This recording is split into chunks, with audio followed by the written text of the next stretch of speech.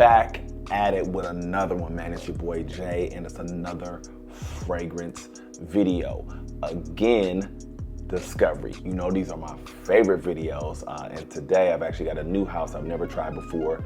3 houses that I'm actually still deep diving into their whole collection. I'm pretty confident that at least 2 fragrances I'm actually gonna smell for the first time today are ones that I will probably be adding to the collection. If you're here to hear about something like that, man, stay tuned. If it's your first time here, welcome. If it's your second time here or more, hit the like button. Wasting no time, let me tell you how I run these videos. There's basically 4 fragrances I'm going to be smelling for the first time today. I've actually sprayed them already. They've basically been drying down for about 35 minutes. I'm actually going to spray them individually, go to the dry down of the respective fragrance, and then let you know how I feel. Okay, a little late to the party with the OG fragrance of the house I'm talking about. And we go into the house of Nishane, and OG fragrance I'm talking about is Ani. Yes, I have not actually smelled Ani before, but this one is Ani X, and this was actually released in 2023, so I'm not too late to the party with that. But again, my first time actually smelling basically any iteration of Ani, so I'm actually excited about this because I feel like whether it be the OG or this one, just a note breakdown in general is something that I would be attracted to. So let's get to it. Grab this. All right, let's see here.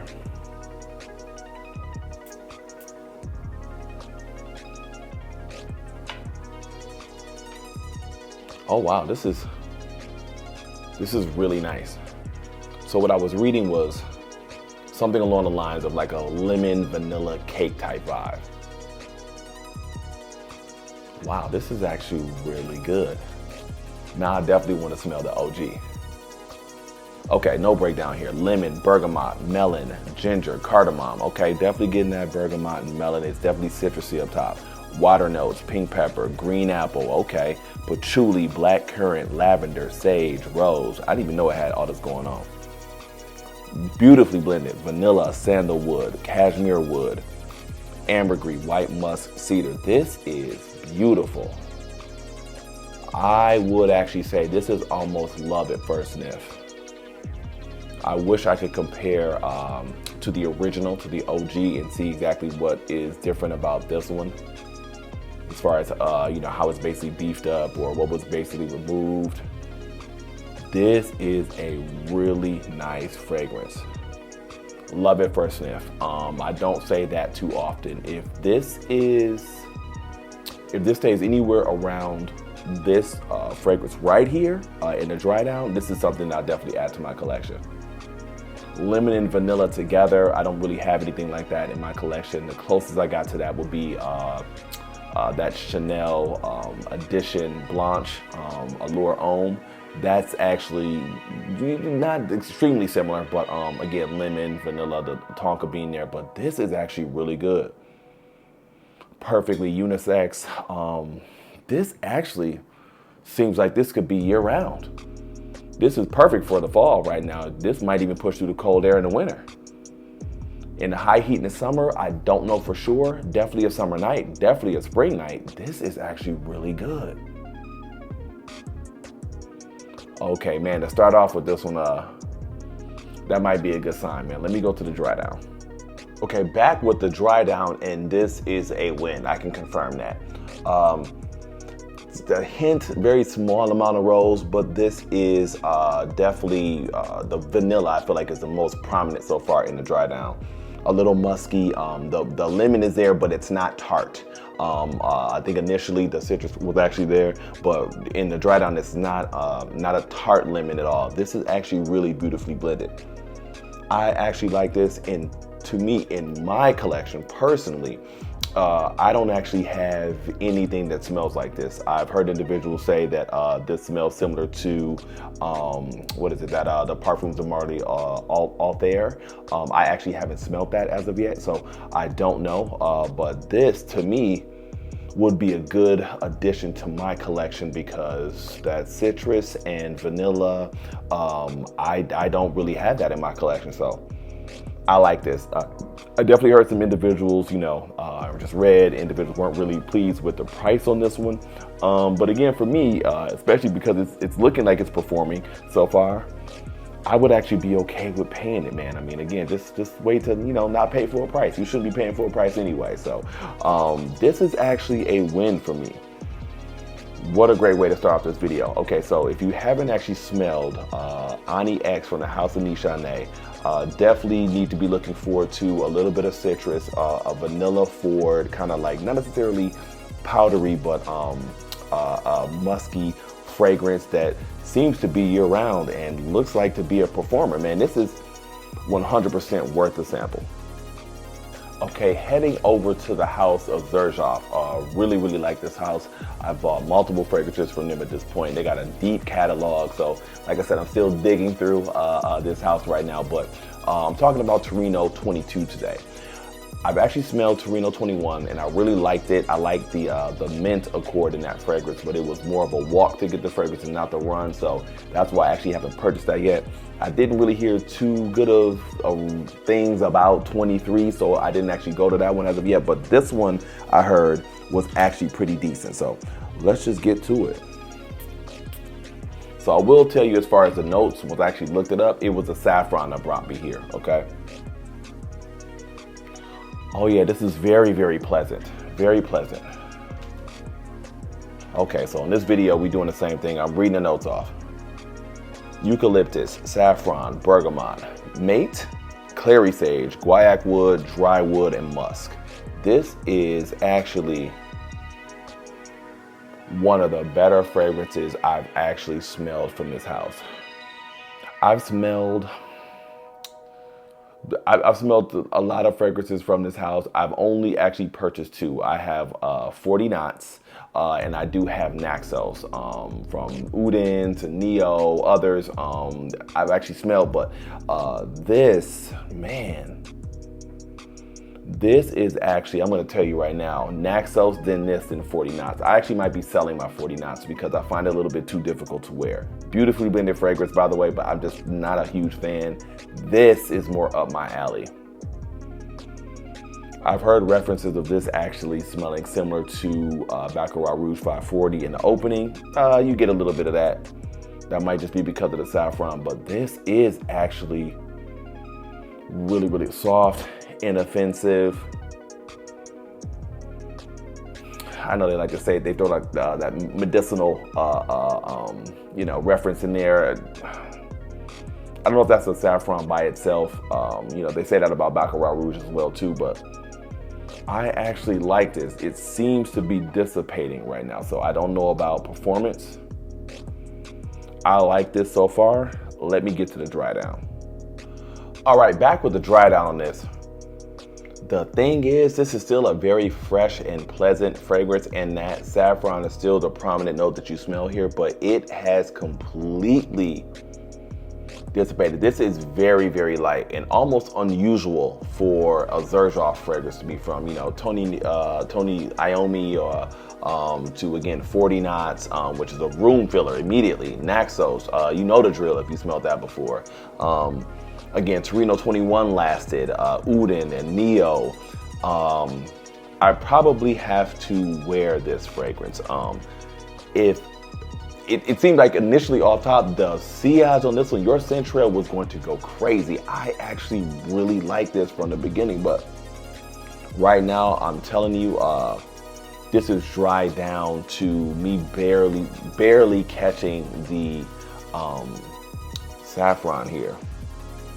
I like this fragrance. This is one I'm gonna have to continue to just wear and get through the sample, here and just see what happens throughout the day. I do like this fragrance. Was already speaking highly about it, but again, that performance thing is something that's really big to me. I know everybody's situation is a little bit different, because there are situations in which you could just basically purchase a fragrance to only use for a close encounter. This would definitely be dope for a close encounter if you got past the price point.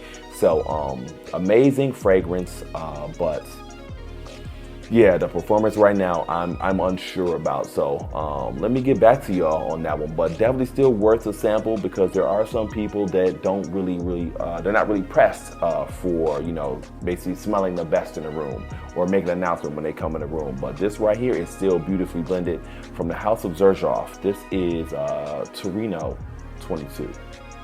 Sliding over to the house of Mind Games, man. I've been digging deep into this house, man. I think I'm about like 5 or 6 fragrances deep. I actually still have not purchased a singular bottle yet. I do like that J. Adub. That might be the first one from there. I really like Gambit as well. That was a really good freshie. But today I'm going to Lionara. This is one that, just on the note breakdown alone, just drew me to it. So let me just get right to it, man. I don't want to waste any time here. Passion fruit brought me here, okay? Tonka bean brought me here. Wow, okay. Every single Mind Games I've actually smelled has been beautifully blended. My only issue has been the fragrance. Sometimes I feel like they may or may not be worth the price, but the perfumery here is top notch. Okay, so this is actually really, really good. Again, I don't have a passion fruit based fragrance in my collection. I'm a huge fan of Tonka bean. Again, that's what brought me here. This is actually really good and fresh, non-offensive. None of them have really been non-offensive as of yet from the house. Some of them have been a little bit feminine leaning. This one I feel like could also potentially go in that direction, but this is unisex. A brother in touch with his star player could definitely pull this one off. This is actually a nice fragrance. I like this, but it seems to be a lot of the fragrance that I have smelled from them, even French Defense, just some of them, they just seem like they would almost smell a little bit better. Even a Double Attack, potentially on a female, but they are actually really, really good. Let me go to note breakdown here, okay? Passion fruit, Tonka bean, ginger, osmanthus, which usually smells a little bit like apricot, right? Apricot, freesia, lactones, creaminess, okay, sandalwood, and musk. This is definitely a creamy, you know, I guess it is apricot as far as the fruit note that's there. Musky fragrance that is definitely non-offensive. This is fresh. I like it, but I don't necessarily love it for the price. So let me get to the dry down, because it is 100% unique for my collection, and others will love this fragrance. And I always give props where props is due. Others will love this fragrance, but for me, at least where it's at right now, I don't necessarily love it. But all of my samples, okay, all of these samples, okay, I wear to the bottom, okay? So I give them days, nights, I rock them, and I might change my mind. This is just an initial. Let me get to the dry down. Back with the dry down on this Lionara. Yeah, immediate purchase. This is actually going to be the first purchase I make from the house. I actually really, really like this. So it's dried down, it's still performing. So I guess it's a combination of, because I don't know, maybe you guys are really, really good with, you know, fragrances and actually know the difference between what passion fruit smells like and apricot. But it smells like a blend of fruits and musky undertone. This is actually good and super, super unique. 100% unisex. I don't think this is pushing through the winter, like the super cold air, but in the fall, spring, summer during the day, maybe.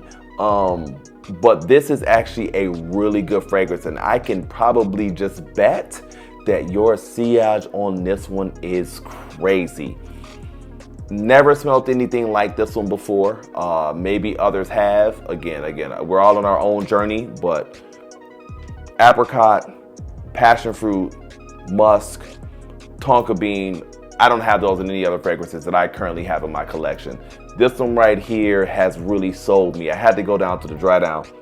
And that's crazy because I wasn't necessarily giving up on it, but I was like, I don't really know. I like to get turned out like that. So this is actually a very, very slick fragrance. So yeah, if you haven't actually smelled this one, definitely get a sample of Lionara from the House of Mind Games. Again, just be, aware that this is actually going to be somewhat fruity with tonka bean and musky undertones. And again, you're not going to be offending anybody, man. This is a win, 100%. Wrapping this video up, going to the House of Scents of Wood, man. I've actually never smelled anything from the house. I mentioned that in the beginning of the video. And I've never heard really too many, references to anything outside of Plum in Cognac from the house. So that's the one we're actually going to be going over today, but I have heard good things about this one. I heard it might be a little bit polarizing. I will tell you that plum and rum is what actually brought me here, so let's get into it.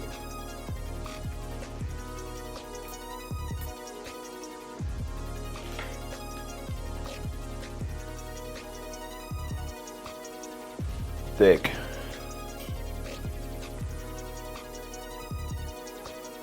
I actually like this.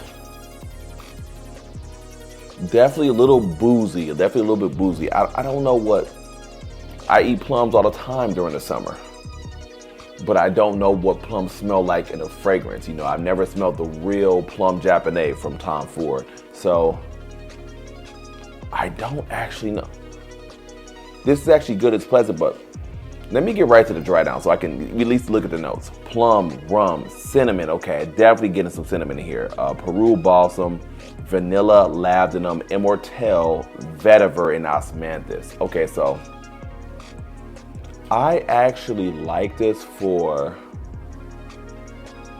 the winter, for the fall, definitely not for the summer. Definitely not for the spring. This is heavy. This is thick. I think that's the first word I say, right? Right. Adjective, yeah. I'm trying to be descriptive.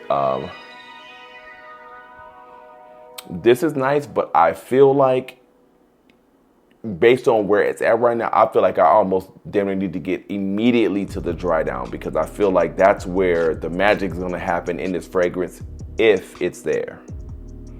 Back at y'all with the dry down on the Scents of Wood, Plum in Cognac. This is actually a win.